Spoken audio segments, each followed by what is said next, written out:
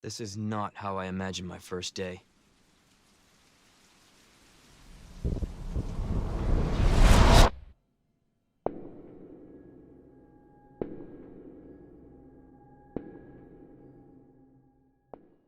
Hello there guys, and welcome to the channel. Today I'm going to be testing YouTube's Premiere system out. This is kind of like a new system in which people can see when your videos are coming up, they can donate to help fund the channel, and they can also talk, and as a content creator you can talk to people leading up to the video as well as talk to them while they watch it.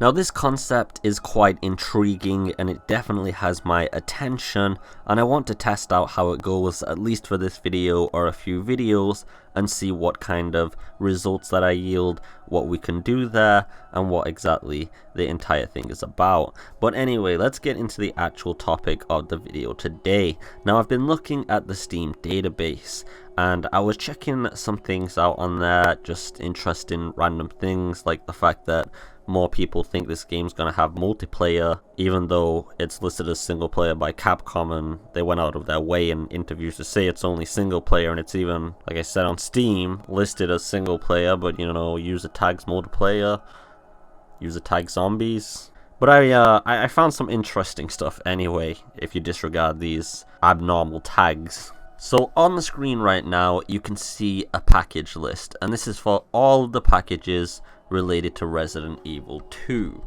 So just so that you can see, we've got the standard edition, the deluxe edition, and then we have all sorts of these Steam sub editions. Now I'm going to get into an explanation of what all of this means, don't worry, but there's some intriguing things in here anyway. Now first up, it looks like we've got our first builds at Steam sub 280-800 right at the bottom, and that's around the time that E3 came out, and we've got various different versions of this, and these are store or CD keys, meaning that if you have access to Steam on a PC at say E3, you can just redeem the CD key and have access to this specific build. And after this we then got the standard and deluxe edition builds, which, as you can see, a store or CD key. They are globally sold and you'll be able to buy and purchase them or get a CD key from Capcom under the restrictions that have been placed. You will then notice that there is an updated version with two different numbers of the standard and deluxe edition.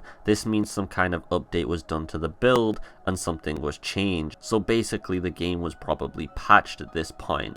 Now after this we have 2 months ago the TGS demo, which looks like an updated version of the previous demos at E3, and if you remember at TGS they added zombies outside the front gates of the RPD, which makes sense now why there's an updated version for that build.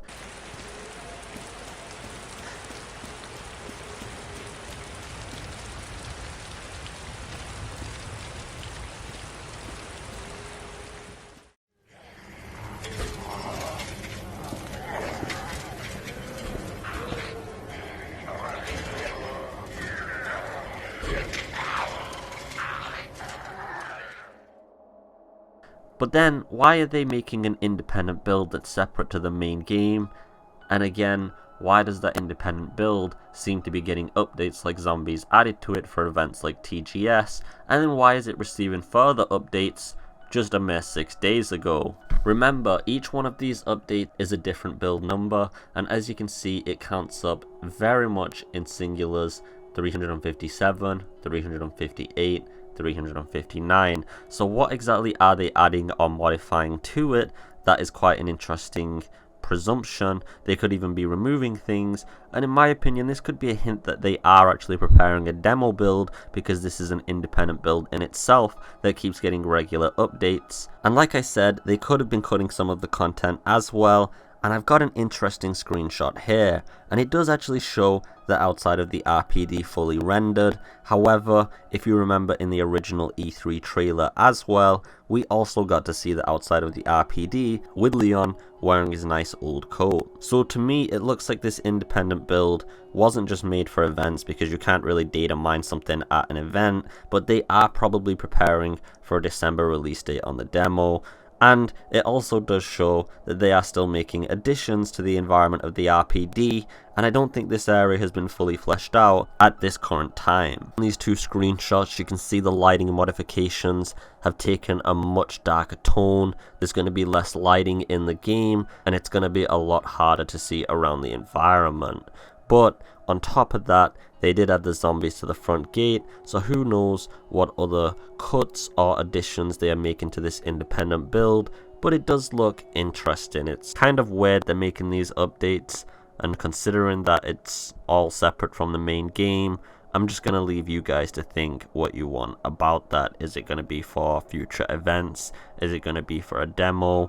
Maybe it's a build to give out to, say, some YouTubers before the actual release date, which I'm sure is going to happen. As a nice little extra touch and additional analysis feature, I do remember telling you guys once, but I didn't have any video footage of it, that if Leon does kill a zombie and then that zombie's corpse falls into him, he will brush it off to the side, and there's actually a physical reaction to this, and I finally managed to find some footage of it. So as you guys can see here, the aesthetic and immersive design choices behind Resident Evil 2 are absolutely beautiful. It just goes in line with, say, for example, when you go outside in the rain, how your character actually reacts, or also how, for example, when you get back inside, your character dries themselves off. There's all sorts of interactions like this, and I think it's absolutely fantastic. These tiny immersive additions, when added in a large enough quantity with the quality they are at, are definitely going to make Resident Evil 2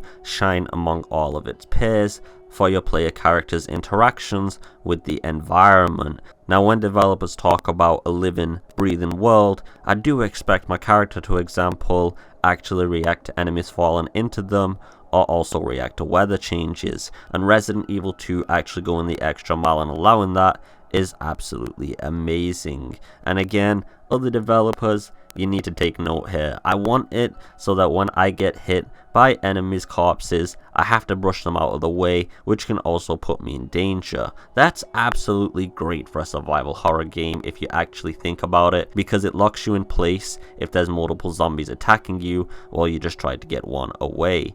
Now, as another thing, if you guys remember, in the original Resident Evil 2, there was an auto-aim system. However, something that many people may not know is on the PC version of Resident Evil 2, there is no auto-aim function. You had to manually aim using the fixed camera angles, and that was absolutely horrible, obviously.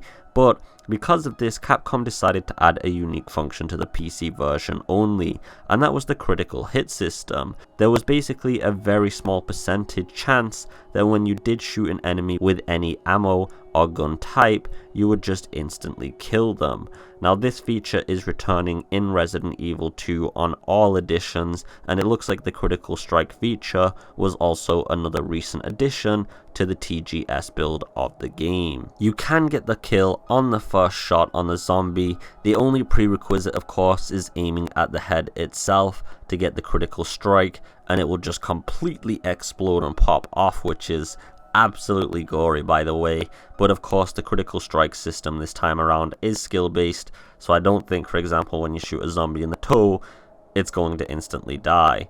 You're going to have to go for these headshots, but it is all going to be RNG based as well. I don't know this time around though whether the difficulty you're on or whether the weapon you're using will affect the critical strike chance, kind of like how in older Resident Evils you could update the stats and different weapons did have a different percentage. Anyway, I'm looking forward to seeing what kind of new updates keep coming out. I will keep my eyes on the Steam DB, as well as other locations and sources, of course, looking for any kind of information, reveals, Easter eggs, secrets, and all that juicy stuff that we're all used to on this channel.